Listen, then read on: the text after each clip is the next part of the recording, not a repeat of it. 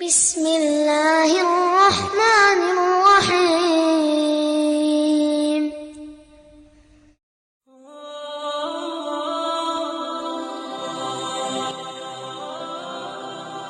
Assalamualaikum warahmatullahi wabarakatuh. Dulu kita sering belajar di sekolah-sekolah tentang penemuan sebuah negara yang kini disebut sebagai negara adidaya, yakni Amerika. Alkisah dijelaskan, dahulu pada tahun 1492 Masehi, diutuslah seorang pelayar yang sangat dikenal dalam sejarah yang bernama Christopher Columbus untuk menemukan rempah-rempah, karena saat itu rempah-rempah sangat mahal di Eropa, khususnya Spanyol. Dalam pelayarannya, ia terkejut melihat sebuah pulau yang ia menyangka sebagai India atau daratan Asia. Karena itulah ia menamakan penduduk pulau itu Indian, atas keyakinannya bahwa ia telah sampai di India dan penduduknya berkulit kemerah-merahan. Padahal Columbus telah singgah ke pulau yang belum pernah ia kenali. Hingga beberapa tahun kemudian datanglah seorang pelaut setelahnya yang singgah di pulau ini yang bernama Amerigo Vespucci. Dan kelak pulau ini pun dinamai Amerika, diambil dari namanya Amerigo, dan selesailah sejarahnya. Namun ketidakpuasan para peneliti sejarah pun membuahkan hasil. Mereka pun mengungkap sebuah pelajaran yang disembunyikan dari dunia, khususnya kita umat Islam. Padahal Columbus sudah mengetahui keberadaan pulau tersebut, dan ia sadar akan keberadaan kaum muslimin di pulau itu. Oleh karena itulah, atas dukungan sang penguasa Spanyol, yakni Isabella, yang merupakan ikon wanita yang dikenal dengan kekejiannya terhadap kaum muslimin. Bahkan, ia sengaja menugaskan Columbus untuk berlayar ke benua Amerika dengan tujuan menghilangkan peradaban Islam di sana. Di sebuah ruangan istana Alhambra, yang kini ruangan tersebut sudah menjadi objek wisata dunia oleh pemerintahan Spanyol. Oleh karena itu, kita akan ungkap bahwa hubungan wilayah yang kini bernama Amerika dan kaum muslimin telah terjalin sejak lama. Dan inilah sejarahnya.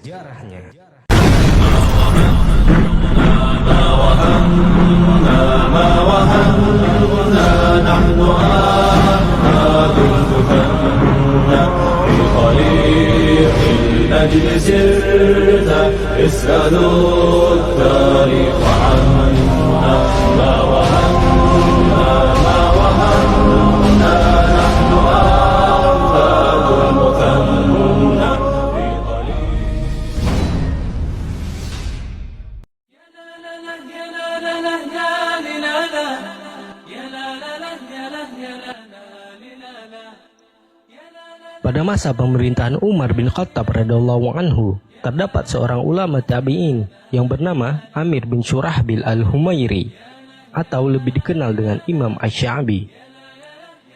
Imam Asy-Sya'bi pernah menunjukkan sesuatu yang sangat mengejutkan. Disebutkan dalam kitab Al-Hajj ala Tijarah was Sina'ah wal A'mal, karangan Abu Bakar al-Khalal.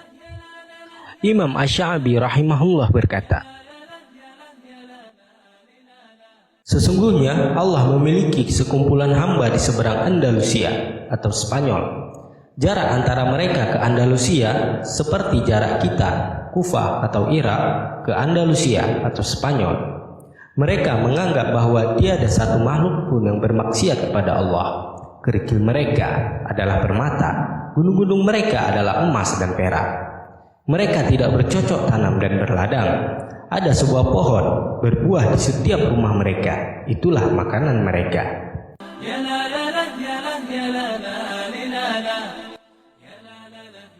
Sudah menjadi bukti sejarah bahwa benua Amerika termasuk sebagai benua yang kaya akan rempah-rempah. Selain itu, Amerika juga dikenal dengan kekayaan emas dan peraknya. Sebagai bukti, pada tahun 1848, di mana saat James Marshall menemukan bongkahan emas di American River saat membangun tempat penggergajian kayu untuk John Sutter, ahli pertanian. Kita lanjutkan. Lalu pernyataan Imam Asy-Sya'bi yang menyatakan lokasi tempat tinggal mereka, jika kita bandingkan jarak antara Kufah tempat tinggal Imam Asy-Sya'bi dengan Andalusia, maka akan kita dapati jarak tersebut sama dengan jarak Andalusia ke benua Amerika. Hal ini sesuai dengan pernyataan Imam Asy-Sya'bi rahimahullah. Pertanyaannya, kenapa Imam Asy-Sya'bi memilih kata Andalusia? Ternyata jika ditelusuri, dari sinilah diberangkatkan sebuah ekspedisi penelitian Islam pertama kalinya. Dengan kata lain, kaum muslimin telah mengetahui keberadaan sebuah daratan di seberang Andalusia. Namun, bagaimana Imam Asy-Sya'bi mengetahui kumpulan orang yang belum diketahui? Apakah ada yang memberi tahunya atau dari sahabat Rasulullah Sallallahu Alaihi Wasallam? Wallahu alam. Namun pastinya pernyataan ini bukanlah khayalan ataupun kebetulan. Selanjutnya, pada tahun 63 Hijriah, disebutkan dalam kitab Tarikh Ar-Rusul wal Al-Muluk, karya Imam At-Tabari rahimahullah, dan Al-Kamil Lit-Tariq, karya Imam Ibnu Katsir rahimahullah, dan kitab Siyar A'lam An-Nubala, karya Imam Az-Zahabi rahimahullah. Disebutkan bahwa seorang kesatria muslim, keturunan Quraisy, sepupu dari sahabat mulia Amr bin Al-As radhiyallahu anhu, yang bernama Uqbah bin Nafi' rahimahullah, yang dikenal dengan perjuangannya dalam pembebasan Tunis, Aljazair, dan Maroko, hingga sampai di tepian Samudra Atlantik yang saat itu dikenal sebagai Laut Kegelapan. Di sana, ia mendatangi laut itu dengan linangan air mata, sambil mengangkat tangannya ke langit. Lalu, ia berucap dengan suara yang keras di antara hamparan suara ombak laut yang gelap, "Ya Allah, seandainya aku tahu di seberang sana ada sebuah daratan, niscaya akan kuseberangi lautan ini di jalanmu, agar dapat kutinggikan kalimat La ilaha illallah."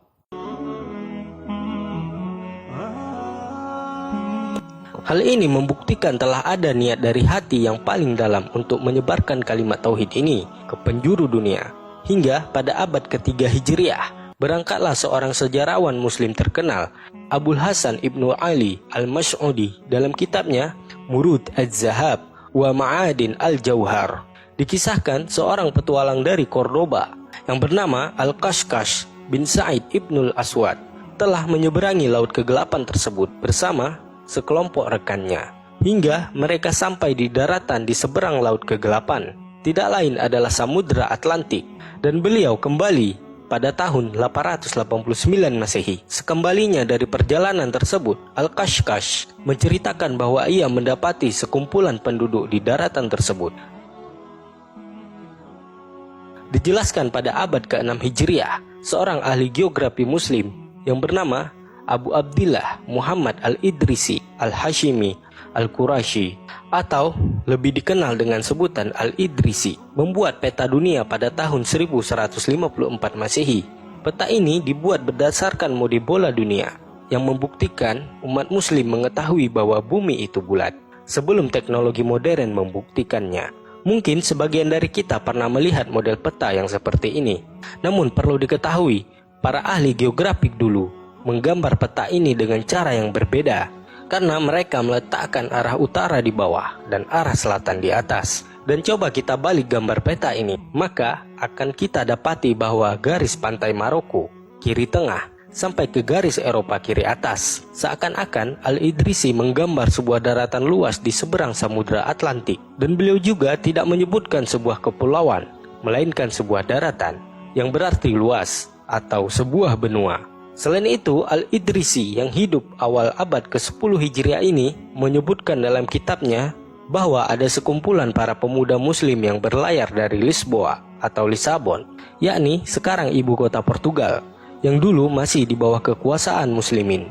Al-Idrisi menyebutkan bahwa para pemuda tersebut berhasil menyeberangi lautan kegelapan. Lalu sebagian dari mereka kembali dan menceritakan perihal sebuah daratan yang mereka singgahi dan orang-orang yang mereka temui. Selanjutnya, mereka mengatakan sekumpulan orang-orang yang mereka jumpai tersebut, mereka berbicara dengan bahasa Arab. Dan ini membuktikan bahwa sebelumnya pernah ada komunitas Arab yang singgah di daratan tersebut. Dan yang menarik lagi bahwa 300 tahun sebelum Columbus tiba di sana, sudah ada dari kalangan Arab yang singgah di daratan luas tersebut, atau Amerika. Jika kita lihat dari peristiwa ini dan berikut penjelasannya, maka dapat kita simpulkan bahwa mereka telah sampai di Kepulauan Karibia, tepatnya di Kepulauan Kuba dan Hispaniola. إننا الأبطال لا نحمي الرؤوس إننا للمجد أرخصنا النفوس خالد في البر كان ليث حق في البحار كان حوتا بربروسا. Pada abad ke-8 Hijriah, seorang sejarawan Muslim, Syihabuddin Al-Umari, dalam kitabnya Masalikul Absar fi Mamalikil Amsar, mengisahkan sebuah peristiwa yang sangat menakjubkan. Beliau rahimahullah menyebutkan bahwa seorang sultan dari kerajaan Islam Mali, yang merupakan sebuah kerajaan Islam besar pada saat itu, yang beribu kota di Timbuktu, dengan sultannya bernama Mangsa Musa rahimahullah, yang membentang hampir di sepanjang Afrika Barat hingga tepian Samudra Atlantik, sudah tentu lebih besar dari negara Mali sekarang. Al-Umari mengisahkan bahwa ia pernah bertemu dengan Mangsa Musa saat berhaji pada tahun 1324 Masehi, dan menceritakan bahwa pada saat itu saudaranya memintanya untuk memegang kendali kerajaan karena ia akan menyeberangi Samudra Atlantik menuju ke sebuah daratan di seberangnya dengan 200 kapal. Dan pada saat kejadian tersebut, ia tidak pernah kembali lagi. Oleh karena itu, Mangsa Musa pun mengambil alih kerajaan besar tersebut.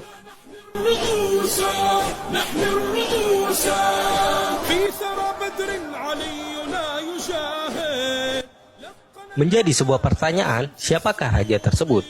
Didapatilah bahwa raja tersebut bernama Abu Bakar bin Muhammad atau Abu Bakar II. Beliau adalah mangsa atau raja ke-9 kerajaan Mali. Raja ini meninggalkan kerajaannya dan pergi ke sebuah wilayah yang ia belum pernah mengetahuinya dengan 200 kapal pada tahun 1311 Masehi. Hal ini tidak lain ia lakukan hanya untuk menyebarkan agama Allah. Inilah catatan yang ditulis oleh Al-Umari saat berjumpa dengan Mangsa Musa, seperti yang sudah kita jelaskan di atas. Bahkan dari sejarah Mali ini pula terungkap sebuah fakta sejarah yang disembunyikan, yakni kebesaran dan kesuksesan sebuah kerajaan, ya kerajaan Mali, yang kini dipelintir sejarahnya sebagai negara terbelakang, dan Perancislah yang membawa peradaban di sana.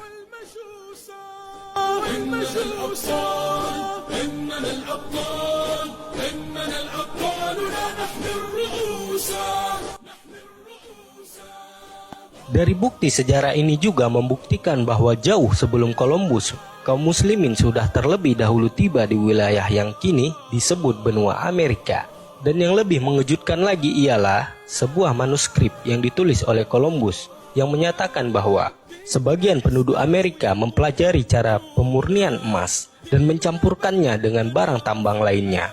Lalu Columbus menambahkan bahwa cara seperti itu hanya ada di benua Afrika, yang tidak mungkin dipelajari oleh pemukim Amerika secara kebetulan belaka. Tambahan sedikit, pada tahun 1493 Masehi, Christopher Columbus menulis dalam catatannya sebagai berikut. Para penduduk di sana mengenakan pakaian katun yang merupakan pakaian wanita muslimah Granada atau Andalusia. Columbus juga menyatakan bahwa ia mendapati sebuah masjid di Kuba.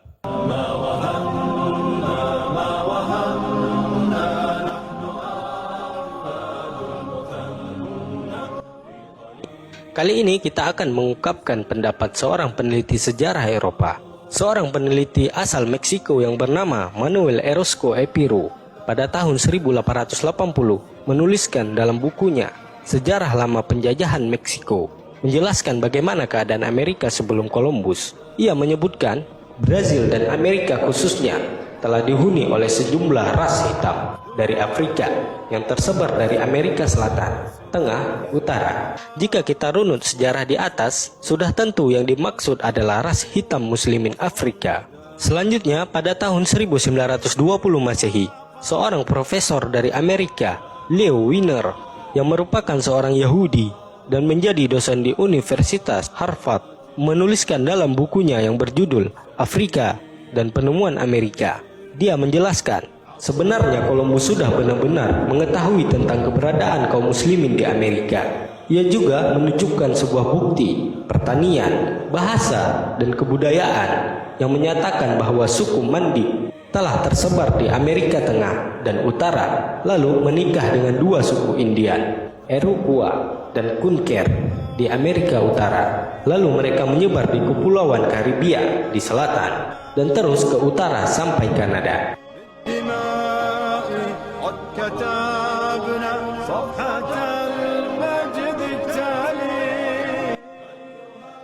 Selanjutnya ialah bukti yang didapat pada tahun 2000 Masehi. Seorang wanita yang bernama Luisa Isabel Alvarez de Toledo. Ia adalah seorang bangsawan kota Sidonia, Spanyol. Dikisahkan pada saat itu sedang merenovasi salah satu istana peninggalan keluarganya. Secara kebetulan, ia menemukan sekumpulan dokumen Islam yang berbahasa Arab yang berasal dari Muslimin Andalusia. Dalam dokumen ini ternyata memuat penjabaran keadaan Amerika lengkap dengan umat Islam di sana.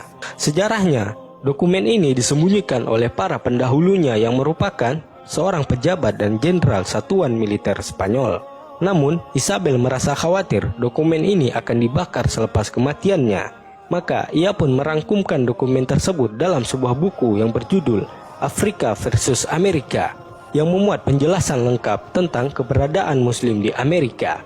Dan pada tahun 2001, BBC pun meliput Isabel dalam sebuah karya tulisnya.